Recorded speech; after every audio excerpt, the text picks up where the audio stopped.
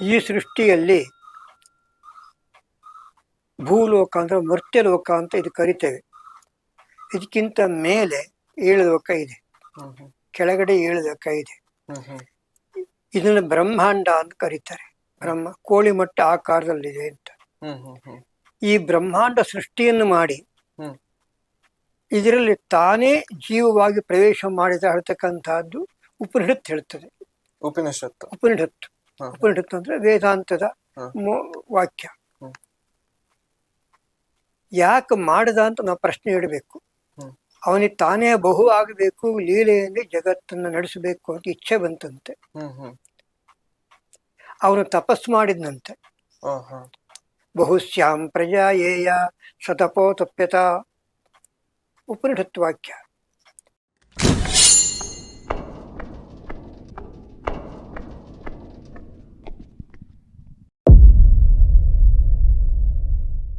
ಜೈ ಶ್ರೀರಾಮ್. ಎಲ್ಲರಿಗೂ ನಮಸ್ಕಾರ. ವೃಷಧ್ವಜ ಸ್ಟುಡಿಯೋಗೆ ಸ್ವಾಗತ, ಸುಸ್ವಾಗತ. ನಾನು ನಿಮ್ಮ ಕೌಸ್ತುಭ. ಇವತ್ತಿನಿಂದ ಜ್ಯೋತಿಷ್ಯ ಕಾರ್ಯಕ್ರಮವನ್ನು ಪ್ರಾರಂಭ ಮಾಡ್ತಾ ಇದ್ದೇವೆ. ಈ ಜ್ಯೋತಿಷ್ಯ ಅಂತ ಅನ್ನೋದು ಒಂದು ಜ್ಞಾನ ಸಾಗರ. ಆ ಜ್ಞಾನ ಸಾಗರವನ್ನ ಕೇಳಿಸ್ಕೊಳ್ಲಿಕ್ಕೋಸ್ಕರ ನಮ್ ಜೊತೆ ವಿದ್ವಾನ್ ನರಹರಿ ಶಾಸ್ತ್ರಿಗಳು ಇದ್ದಾರೆ. ಶಾಸ್ತ್ರಿಗಳ ನಮಸ್ಕಾರ. ಶುಭವಾಗಲಿ. ಇವರ ಜನನ ಸಾಗರ ತಾಲೂಕು ಚಿನ್ನಿಗನ ತೋಟದಲ್ಲಿ ಆಗತ್ತೆ 1942ರಲ್ಲಿ. ಇವರ ತಂದೆಯ ಹೆಸರು ನರಸಿಂಹ ಭಟ್ರು, ಮತ್ತೆ ತಾಯಿಯ ಹೆಸರು ಸರಸ್ವತಮ್ಮ. ಇವರು 6ನೇ ವಯಸ್ಸಿನಲ್ಲೇ ಸಂಗೀತವನ್ನು ಪ್ರಾರಂಭ ಮಾಡ್ತಾರೆ. ಮೈಸೂರು ಮಹಾರಾಜ ಸಂಸ್ಕೃತ ಕಾಲೇಜಿನಲ್ಲಿ ಅದ್ವೈತ ವೇದಾಂತ ಶಾಸ್ತ್ರೀಯ ಅಧ್ಯಯನವನ್ನು ಮಾಡಿ ಕರ್ನಾಟಕ ಸರ್ಕಾರದಿಂದ ವಿದ್ವಾನ್ ಪದವಿಯನ್ನು ಪಡೆದು ಪ್ರಥಮ ಶ್ರೇಣಿಯಲ್ಲಿ ತೇರ್ಗಡೆಯನ್ನು ಹೊಂದಿ ಬಹುಮಾನವನ್ನು ಪಡೆದಿದ್ದಾರೆ. ಇದರ ಜೊತೆ ಜ್ಯೋತಿಷ್ಯವನ್ನು ಅಧ್ಯಯನ ಮಾಡಿ ಇದರಲ್ಲಿ ವಿಶೇಷ ಪಾಂಡಿತ್ಯವನ್ನು ಸಹ ಹೊಂದಿದ್ದಾರೆ. ಮತ್ತೆ ಇವರು ಕರ್ನಾಟಕ ಸಂಗೀತವನ್ನು ಕಲಿತು ಅದರಲ್ಲಿ ಸಾಕಷ್ಟು ಸೇವೆಯನ್ನು ಈ ಸಮಾಜಕ್ಕೆ ಕೊಟ್ಟಿದ್ದಾರೆ. ಅದ್ರ ಜೊತೆ ವಯಲಿನ್ ಶಿಕ್ಷಕನಾಗಿಯೂ ಸಹ ಮತ್ತೆ ಜಲತರಂಗದಲ್ಲೂ ಸಹ ವಿಶೇಷವಾಗಿ ನಮ್ಮ ಸಮಾಜಕ್ಕೆ ಸೇವೆಯನ್ನು ಸಲ್ಲಿಸಿದ್ದಾರೆ. ಇದರ ಜೊತೆ ಸ್ವರ್ಣವಳ್ಳಿ ಮಠದ ಜಗದ್ಗುರು ಶ್ರೀ ಗಂಗಾಧರೇಂದ್ರ ಸ್ವಾಮಿಗಳವರಿಂದ ಶಾಂಕರ ಸರಸ್ವತಿ ಎಂಬ ಪುರಸ್ಕಾರವು 2023ರಲ್ಲಿ ಇವರಿಗೆ ಲಭಿಸಿದೆ. ಹಾಗೆ 2019-20ರಲ್ಲಿ ಅಂತಾರಾಷ್ಟ್ರೀಯ ಸ್ವರಮೇಧ ಸಂಸ್ಥೆಯಿಂದ ಸ್ವರಮೇಧ ಸಂಗೀತ ವಿಭೂಷಣ ಅನ್ನೋ ಪ್ರಶಸ್ತಿಯು ಸಹ ಇವರಿಗೆ ಲಭಿಸಿದೆ. ಶಾಸ್ತ್ರಿಗಳೇ, ಇವತ್ತಿನಿಂದ ನಾವು ಜ್ಯೋತಿಷ್ಯ ಕಾರ್ಯಕ್ರಮವನ್ನು ಪ್ರಾರಂಭ ಮಾಡ್ತಾ ಇದ್ದೇವೆ. ಈ ಜ್ಯೋತಿಷ್ಯ ಅಂದ್ರೆ ಏನು, ಜ್ಯೋತಿಷ್ಯ ಹೇಗ್ ಪ್ರಾರಂಭವಾಯಿತು ಅನ್ನೋದು ನೀವು ನಮಗೆಲ್ಲರಿಗೂ, ನನಗೆ ಮತ್ತೆ ನಮ್ಮ ವೀಕ್ಷಕರಿಗೆ ನೀವು ತಿಳಿಸ್ಕೊಡ್ಬೇಕು. ಗುರು ಗಣೇಶಾಭ್ಯಾಂ ನಮಃ. ಮಾತಾಪಿತೃಭ್ಯೋ ನಮಃ. ವಿದ್ಯಾಧಿದೇವತಾಯೈ ಶಾರದಾಯೈ ನಮಃ.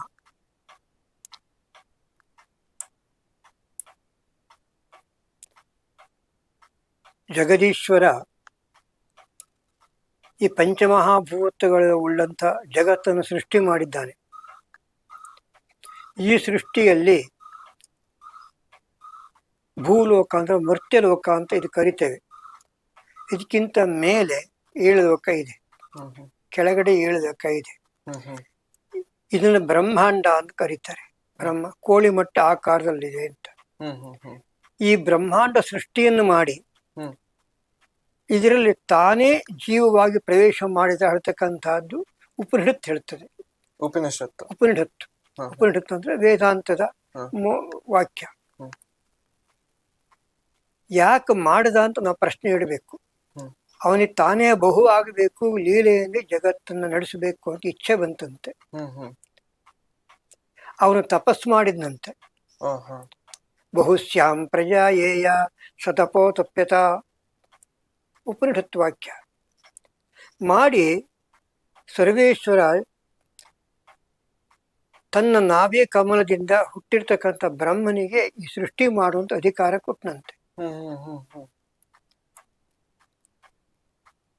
ಅನೇಕ ಬ್ರಹ್ಮರಾಗಿ ಹೋಗಿದ್ದಾರೆ. ಈಗ ಚತುರ್ಮುಖ ಬ್ರಹ್ಮನಿದ್ದಾನೆ ಅಂತ ನಮ್ಮ ಪುರಾಣಗಳು ಹೇಳ್ತದೆ. ಅವನು ವಿದ್ಯಾದೇವತೆಯ ಪತಿ, ಸರಸ್ವತಿ ತಾಯಿಯ ಪತಿ. ಸರಸ್ವತಿ ಪತಿ ಅವನು. ಹ್ಮ್ ಅವನು ಈ ಲೋಕವನ್ನು ಸೃಷ್ಟಿ ಮಾಡ್ತಾನೆ ಪರಬ್ರಹ್ಮನ ಆಜ್ಞೆಯಿಂದ.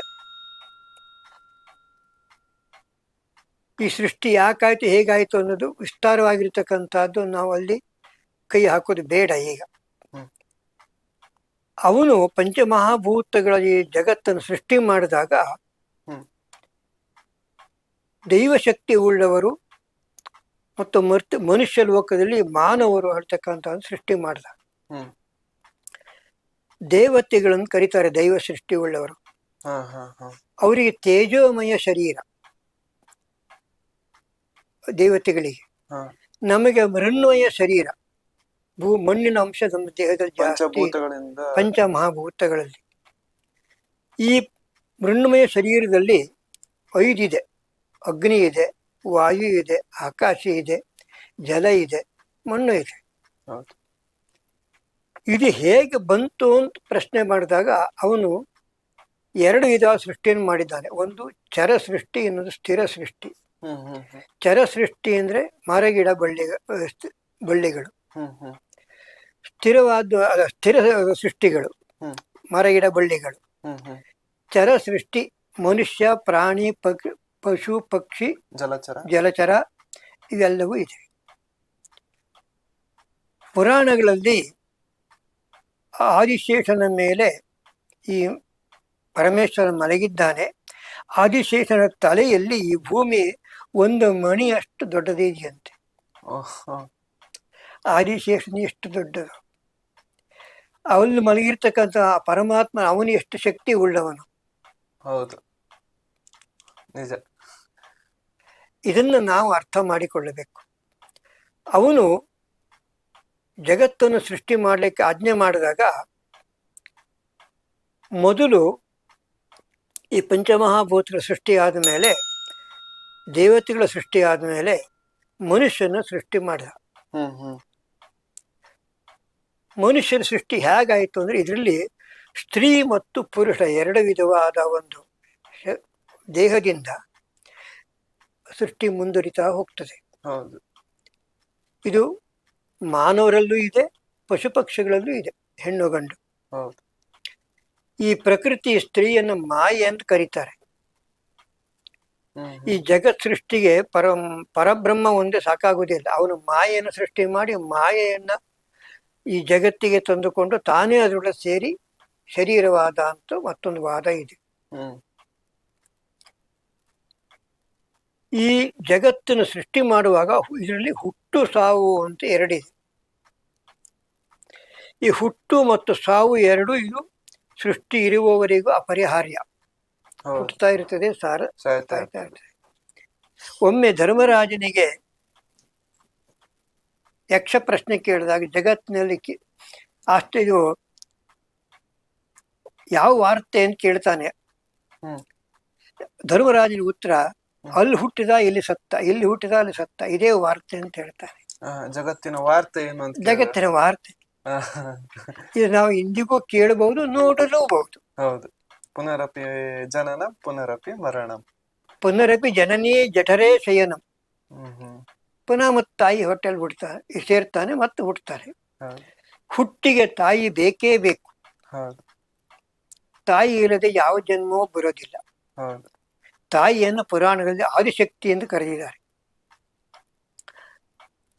ಈ ಸೃಷ್ಟಿ ಸ್ತ್ರೀ ಪುರುಷ ಸಮಾಗಮದಿಂದ ಆಗ್ತದೆ, ಹೆಣ್ಣು ಗಂಡಿನ ಸಮಾಗಮದಿಂದ.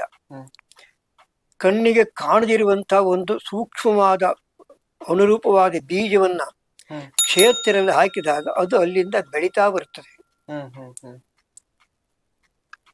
ಬೆಳೆದು 9 ತಿಂಗಳು ಅಲ್ಲಿದ್ದು ಅದು ಪುನಃ ಜಗತ್ತಿಗೆ ಬರ್ತದೆ, ಮಾನವ ಶರೀರವಾಗ್ತದೆ. ಪ್ರಾಣಿಗಳಲ್ಲಿ ಕೆಲವು ಬೇರೆ ಬೇರೆ ಕಾಲವನ್ನು ಹೇಳಿದ್ದಾರೆ.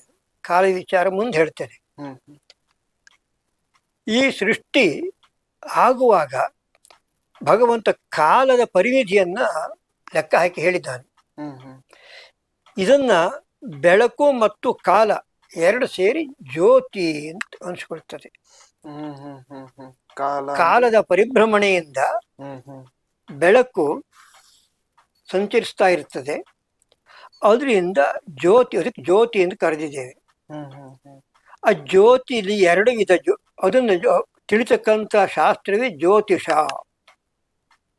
ಆ ಜ್ಯೋತಿಯನ್ನ ನಾವು ತಿಳ್ಕೊಳ್ಳುವಂಥದ್ದು ಜ್ಯೋತಿಷ್ಯ. ಜ್ಯೋತಿಯ ಪರಿಣಾಮ ಅದು ಕಾಲಗತಿಯಲ್ಲಿದೆ. ಹೌದು. ಜ್ಯೋತಿಗೆ ಅಧಿಪತಿಯೇ ಸೂರ್ಯದೇವ. ಹೌದು. ಅದು ಕಾಲಚಕ್ರ ಅಂತ ಹೇಳ್ತಾರೆ. ಅವನು ತಿರುಗ್ತಾ ಇರ್ತಾನೆ ಯಾವಾಗಲೂ. ಇದರಿಂದ ಗಣಿತ ಮತ್ತು ಫಲ 2 ವಿಧ ಇದ್ದ ಜ್ಯೋತಿಷದಲ್ಲಿ. ಆ ಜ್ಯೋತಿ ಯಾಕೆ ಮಾಡಿದ ಅಂತಂದ್ರೆ ಬೆಳಕಿನ ಕಿರಣಗಳು ಹೊರಗಡೆ ಹೊಂದ್ತಾ ಇರ್ತವೆ. ಇದು ವಿಜ್ಞಾನಿಗಳು ಒಪ್ತಾರೆ, ನಾವು ನೋಡ್ತಾ ಇದ್ದೇವೆ. ಬೆಳಕಿನ ಕಿರಣಗಳನ್ನ ಸೃಷ್ಟಿ ಬುಡದಿಂದ ಗಣಿತ ಮಾಡಿದ್ದಾರೆ. ಅದಕ್ಕೆ ನಾವು ಭೂಲೋಕ ಕೆಳಗಿದ್ರೆ ಮೇಲೆ ಸೂರ್ಯನಿದ್ದಾನೆ, ನಮಗೆ ಕಾಣುವ ಸೂರ್ಯ. ಅದಕ್ಕೆ ಅವನಿಗೊಂದು ಕಕ್ಷೆ ಅಂತಿದೆ, ಅವನಿಗೆ ಮಂಡಲ ಅಂತ ಹೇಳ್ತಾರೆ.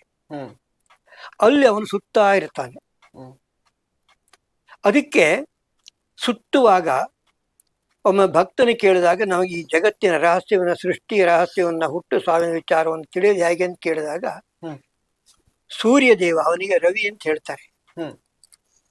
ಅವನೇ ಮೊದಲು ನಮಗೆ ತಿಳಿಸಿದ. ಜ್ಯೋತಿಷ್ಯಕ್ಕೆ ಮೂಲ ಪುರುಷ ದೇವತೆ ಸೂರ್ಯ ದೇವ. ಮತ್ತೆ ಇನ್ನೊಂದು ವಿಚಾರ ಏನು ಅಂತಂದ್ರೆ, ನಿಮಗೆ ಯಾವ್ದಾದ್ರು ಕ್ವಶನ್ ಕೇಳಬೇಕು ಅಂತ ಅನ್ಸಿದ್ರೆ ದಯವಿಟ್ಟು ಕಮೆಂಟ್ ಬಾಕ್ಸ್ ಅಲ್ಲಿ ಆ ಕ್ವಶನ್ ಅನ್ನು ನೀವು ಕೇಳ್ಬೋದು. ಅಥವಾ ವೃಷಧ್ವಜ ಸ್ಟುಡಿಯೋ ಮೇಲಿಗೆ ನೀವು ಕ್ವಶನ್ ಅನ್ನ ಮೇಲ್ ಮಾಡ್ಬೋದು. ಈ ವಿಡಿಯೋ ಏನಾದ್ರೂ ಇಷ್ಟ ಆಗಿದ್ರೆ ಲೈಕ್ ಮಾಡಿ, ಸಬ್ಸ್ಕ್ರೈಬ್ ಮಾಡಿ, ಶೇರ್ ಮಾಡಿ, ಮರಿದೆ ಬೆಲ್ ಐಕನ್ ಅನ್ನ ಪ್ರೆಸ್ ಮಾಡಿ. ಜೈ ಶ್ರೀರಾಮ್.